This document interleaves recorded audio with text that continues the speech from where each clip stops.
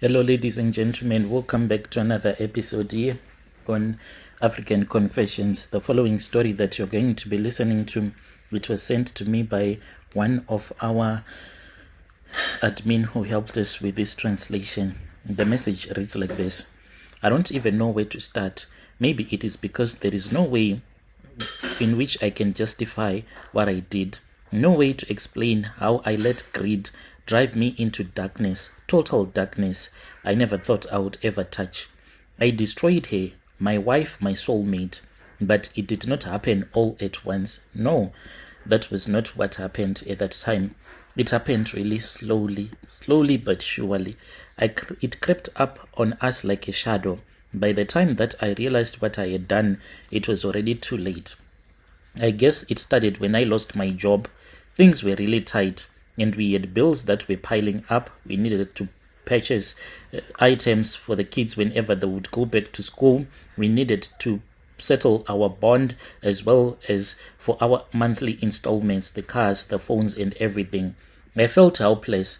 I looked at my wife, I looked at her, and I saw the worry that was written in her eyes. It broke me. I was supposed to be the provider. I was supposed to take care of her, to shield her from the world, but I was failing. That was when I heard about these money-making rituals, Ukuthwala. Whenever I think about it, it is such a very painful memory. At first, I had laughed it off, These rituals, I used to say, they were for desperate poor people, those ones that never went to school. As for me, I was okay. I had gone to university. I had gotten a very good job in a private company. For the superstitious, I used to say, these are done by those people. I did not believe in such things, but then I started to see people. I started to read about these people online.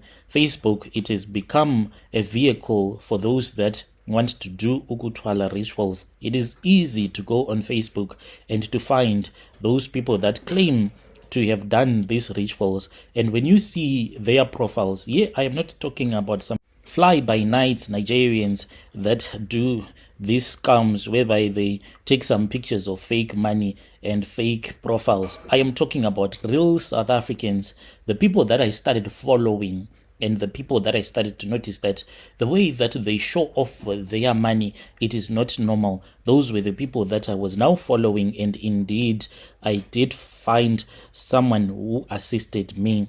And when I would look at those people, the way that they had suddenly risen up in life from being some people who did not have money and becoming wealthy overnight, and then they said that it was not about luck, for they had found secret to success. I knew that these people, they were talking about Ukuthwala. I kept on following these people, and one day, that was when I found a link, and then I started following this other traditional healer. And whilst I was speaking with that traditional healer, he was an old man, and when I spoke with him, he revealed to me that the secret to success, it is not hard work. For if it was hard work, he said, consider all these foreigners that are called hard workers in our country. Why are they not wealthy?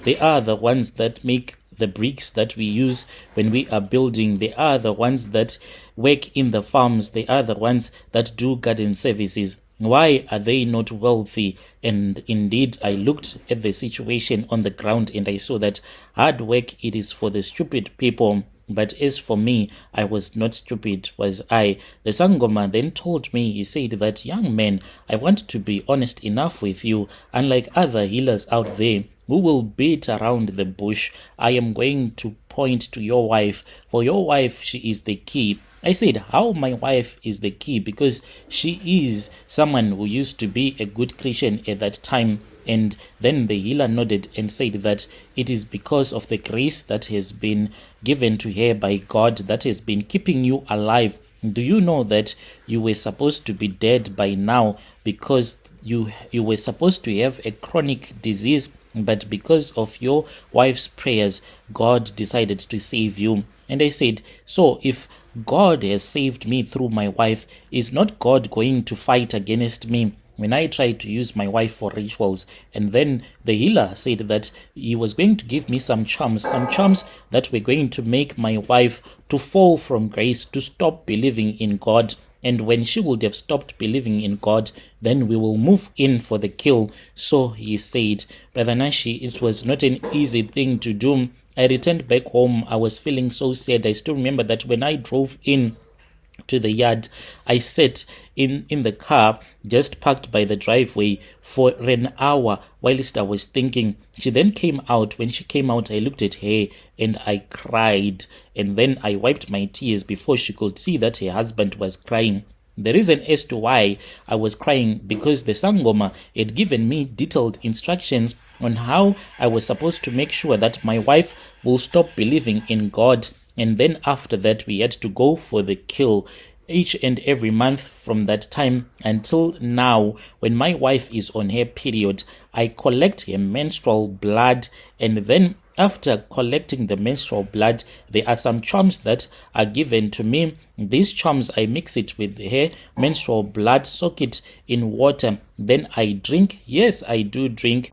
It is a thing that I have to do each and every month, to drink, to eat my wife's menstrual blood. I know that to other people out there, they will say that this one is such a vile character, but this is what I have to do so that money can come to me and flowing from different places, being given business opportunities that only once belonged to the white people. Each and every month, I do follow these rituals, but the Sangoma was not open enough with me. There was a little bit of lies in the truth that he told me, because I did not know that the charms that I was using on my wife drinking her period blood, it was going to make her to lose her mind. One night, my wife, she woke up screaming, and she said that she was seeing that in our bedroom there was a shadow, there was a tokoloshi that was there. I just sat there and I did not see anything.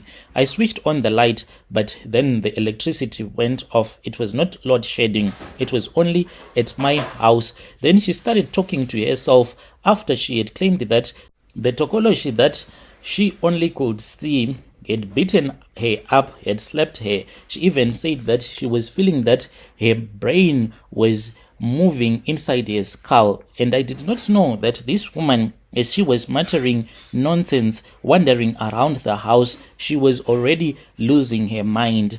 Even right now, she is still a mad woman. Yes, I do keep her at our home. We have doctors that do come to check up on her, and we have a maid. But this is not just your regular maid. She is also someone who is taking care of my wife personally, but her relatives do not know that this woman, the reason as to why she is almost as dead even though she is alive, it is because I used her in my rituals. Yes, I used her in these rituals. Her being mad, this gives me the opportunity to make money. And I do have other girlfriends out there. When I want to enjoy my life, I go to those girlfriends of mine so that I can enjoy life. This is my own story of how I fell into this trap, this never-ending cycle of eating your wife's period blood. When it will end, I have no idea. Dear listeners, right there was a message that was sent to me by one of our admin who helped us with this translation. Strange things indeed, they do happen in this world.